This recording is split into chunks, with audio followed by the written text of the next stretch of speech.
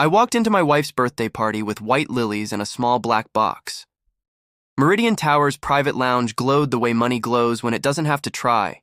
Crystal stemware, a string quartet, $100 million view of the Hudson.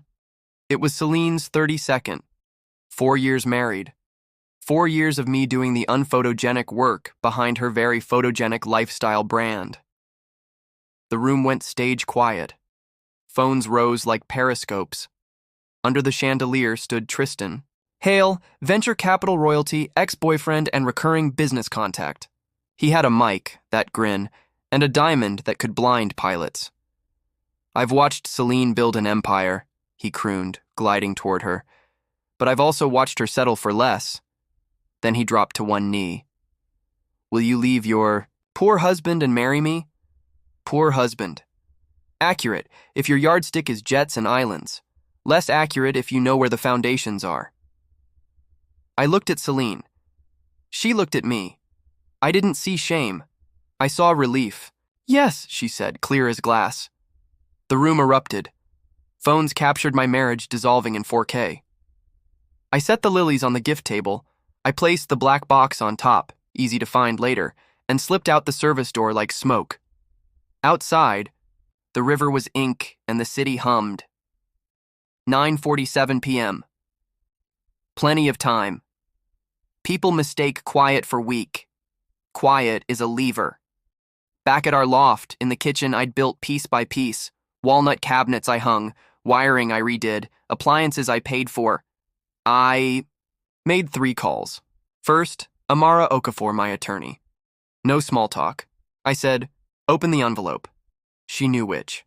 The separation and asset control plan we'd drafted 6 months ago, labeled and waiting. Material misrepresentation of marital commitment, she said, already typing. Public humiliation. Breach of fiduciary duty on jointly tied business interests. How fast? Emergency motion tonight. TROs by morning. Full separation by week's end. Do it. Second, Luis Mendoza, my private banker. The man could sweep a balance sheet cleaner than a crime scene tech. Time-boxed fund sweep at 23:59, I said.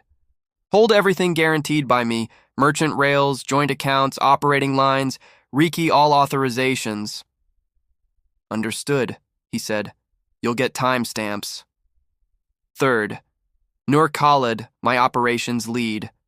The person who translates intent into outcomes. I need a network pause, I said. 4? Everything with a claw ward on it. Shipments, payments, auto-renewals, pending orders. Stop, reverse. Claw back to facilities pending new authorization. That'll strand inventory and burn goodwill, she said. I know. Then it's done. I poured Earl Grey and waited. Revenge is emotional. Justice is paperwork. The black box on the gift table contained 2 things. A silver key to safe deposit box 247 at Meridian Trust, and a white card with 4 lines of text and a QR code. Notice of sponsor withdrawal. Effective immediately chargeback authorization. 7 refs rescission of power of attorney. A claw ward operation scan for status box 247, held originals, our post-nup. Notarized vendor guarantees I'd signed, and the venue addendum, section 12C, making Celine personally liable if the primary sponsor, me, withdrew due to misrepresentation. Translation: the party just became her problem. The QR code opened a clean dashboard Nur had built months ago. Normally it was a wall of green check marks. Tonight it would flip red in real time. Venue funds withdrawn, 11:47 p.m. Florals canceled, 11:52 p.m. Photography license revoked, 11:58 p.m. Corporate gifts flagged, 12:03 a.m. At the bottom, Hale Meridian Capital, minority block activated, 12.4%. Tristan thought control meant swagger. Control lives in bylaws no one reads and relationships no one posts. Over 18 months, I'd had coffee with the quiet money, pension guys, endowments, the rule followers who hate reputational risk. With my 12.4% and their appetite for governance, his controlling interest had a leash. Midnight hit like a switch. My phone started convulsing. Celine called. I let it ring, then again, and again. By 12:15, I had 27 missed. By 12:30, it was 63. The counter gave up and wrote many. Vendors began discovering gravity. 12:23 a.m., the gown stylist ran Celine's card for the after-party dress. Declined. A text. Is there another payment method for Ms. Ward? Delete. 12:47 a.m., the Soho rooftop called. Their just-engaged bar tab needed a new card. I'm not responsible for Ms. Ward's expenses, I said. Check the timestamp on my authorization. 1:15 a.m., the catering manager looped, me in with Celine on speaker. Celine tried technical difficulties. I said, termination notices were sent at midnight. You'll need alternate payment. There was a quiet, professional sigh on the other end, the sound of someone realizing rich people drama doesn't pay invoices. At 12:08 a.m., someone knocked.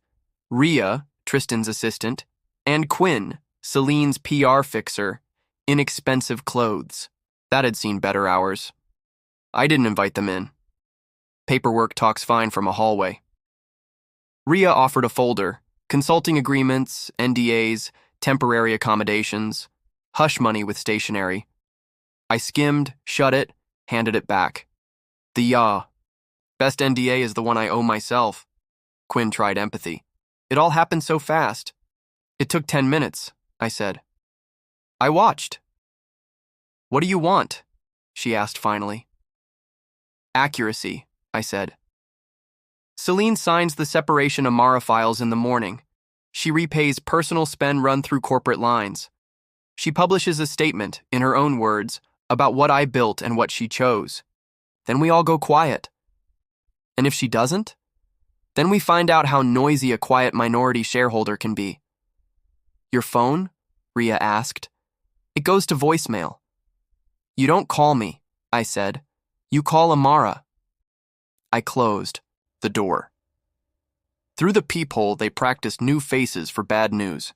At 23:59, Luis executed the sweep. My inbox ticked like a metronome. 12 row 1, authorization revoked, a Claw Ward corporate Amex. 12 row 3, authorization revoked, S Ward Amex, guarantee. 12 row 7, merchant account 4471982, disabled. 12 row 12, joint checking, hold placed. 12 row 18, line of credit LOC 8847. Hold placed modern banking is not a negotiation. It's a yes or a no at the speed of light. At 7:23 a.m., I answered one call. You humiliated me, Celine said. Hollow. Tired. I left quietly, I said. You humiliated our vows. I corrected the ledger. What do you want? Money? An apology? Time? Accuracy, I said. Sign the separation. Repay personal charges. Tell the truth publicly. Then silence. She breathed, ragged. What does the agreement say? It says we ended months ago and forgot the paperwork. It divides what each of us actually earned. It lets you keep your company if you can fund it yourself. And the statement? That I provided financial backing, operational support, and infrastructure for a Claw Ward from inception. That you chose personal opportunities over marital commitments. That I chose to stop funding a story that erased me. People will think I'm a gold digger. People already think what they think. And you? She asked. What do you get? Credit for what I built, and quiet. How long do I have? 72 hours to review and sign, 30 days to reconcile, statement before finalization. And if I don't?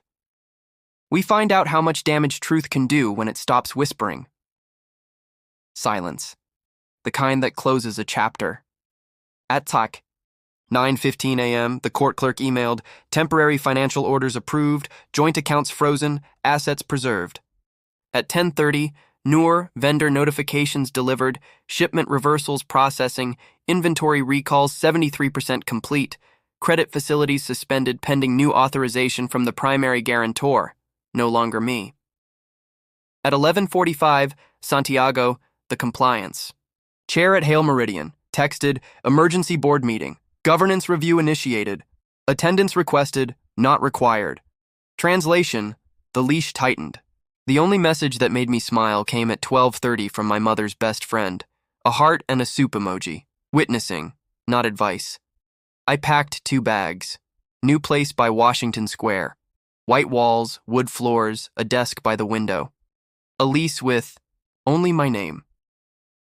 That evening I made a list titled Mine because I worked for them. The coffee roaster I bought myself.